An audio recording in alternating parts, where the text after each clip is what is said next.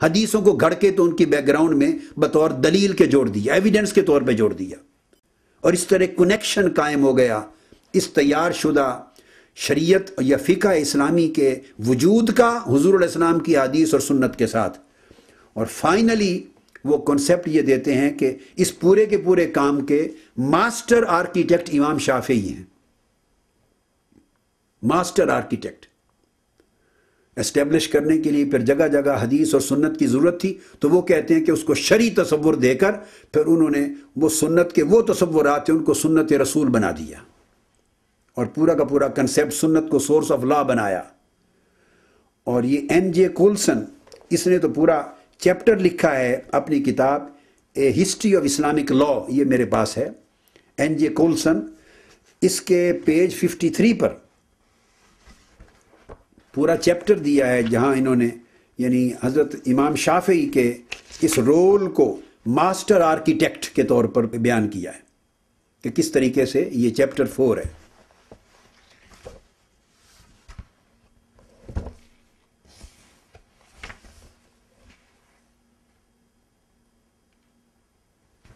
اور پھر اس کے بعد اس سے پہلے چیپٹر 2 میں پیج 21 میں یہ کولسن نے لکھا ہے. وہ کہتے ہیں as long as Muhammad was alive he was naturally regarded as the ideal person to settle disputes. کہ حضور علیہ السلام کی پوری حیات مبارکہ تک تو وہ صرف آربیٹریٹر ہی رہے، ڈسپیوٹ سیٹل کرنے کے لیے ایک آئیڈیل پرسن تھے. لیٹر جنریشنز، بعد میں آنے والی نسلوں نے falsely ascribed to Muhammad a great corpus of legal decisions.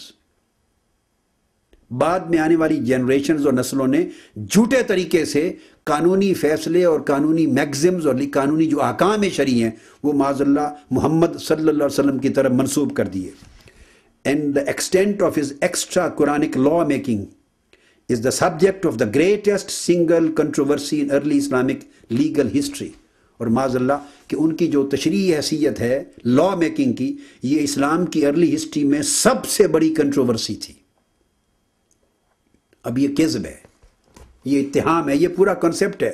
میں نے بتایا کہ کس طرح یہ ڈیولپ کر کے تو تبھی تو پھر وہ آگے چل کے امام شافعی کو ماسٹر آرکیٹیکٹ بناتے ہیں کہ انہوں نے جا کے یہ پورا شرعی تصور جو ہے اس کو باقاعدہ ایکڈیمک حیثیت دی، لیگل سائنس کی حیثیت دی. اور انہوں نے خلط ملط کر دیا ہے کہ کسی کو لیگل سائنس کے اوپر باقاعدہ کتاب لکھنا اور ایک باقاعدہ اسلامک جورسپروڈنس کے اوپر کتاب لکھنا، سسٹمیٹک طریقے سے اس سبجیکٹ کو ڈسکس کرنا، اس کو اور بیسک کنسپٹ کی جو طویل لیگیسی ہے، کنٹینیوٹی ہے حضور علیہ السلام کے دور سے، اس میں اور اس میں خلط ملط کر دیا ہے. یہ وہ تصور تھا جس کو میں نے اس وقت آج کی گفتگو میں نے بیان کیا، اور میں اس کو یہاں پر چھوڑتا ہوں کیونکہ اس کی اگلی نشست میں انشاءاللہ اس کے باقی جو ریفرنسز ہے وہ لوں گا. مگر یہ جو میں نے ابھی تک 2-3 چیزیں سنت کے معنی کے حوالے سے عرض کر دی، ان کا ریفرنس دے کے میں اس بات کو آج ختم کرتا ہوں. تو پہلا تو میں نے عرض کر دیا کہ جوزف شیخٹ نے an introduction to Islamic law یہ بیان کر دیا کہ نارمیٹیو کسٹمز اور جو پریسیڈنٹس تھے یہ سننا تھی.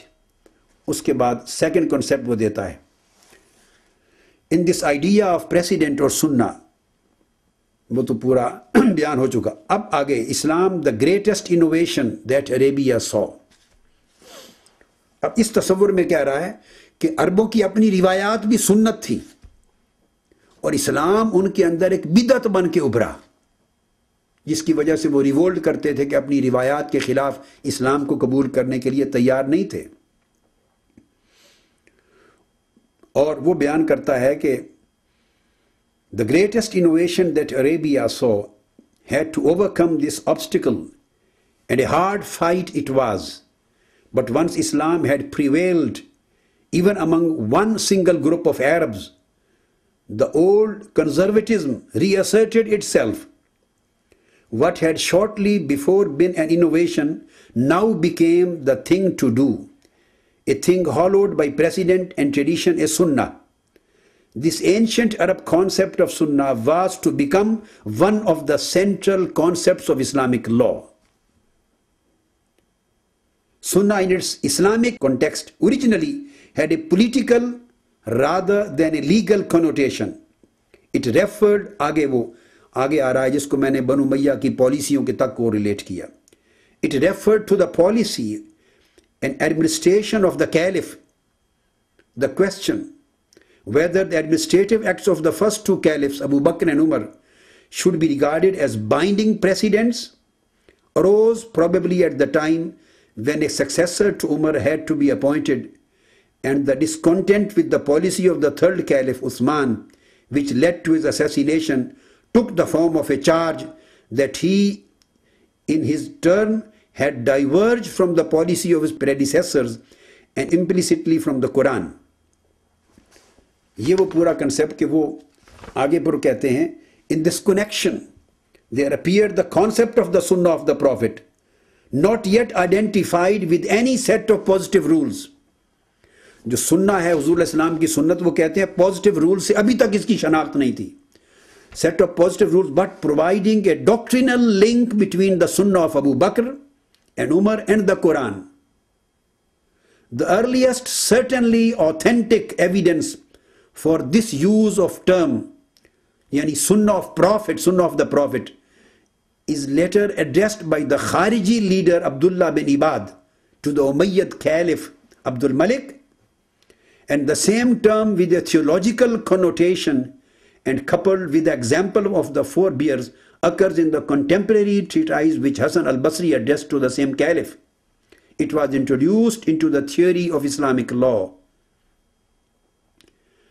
presumably towards the end of the 1st century by the scholars of Iraq.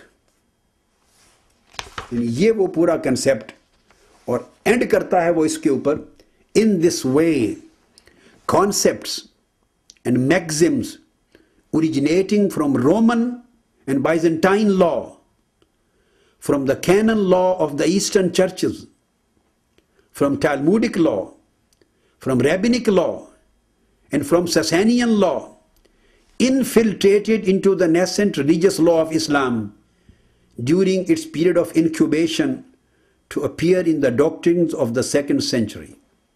وہ کہتے ہیں اس طریقے سے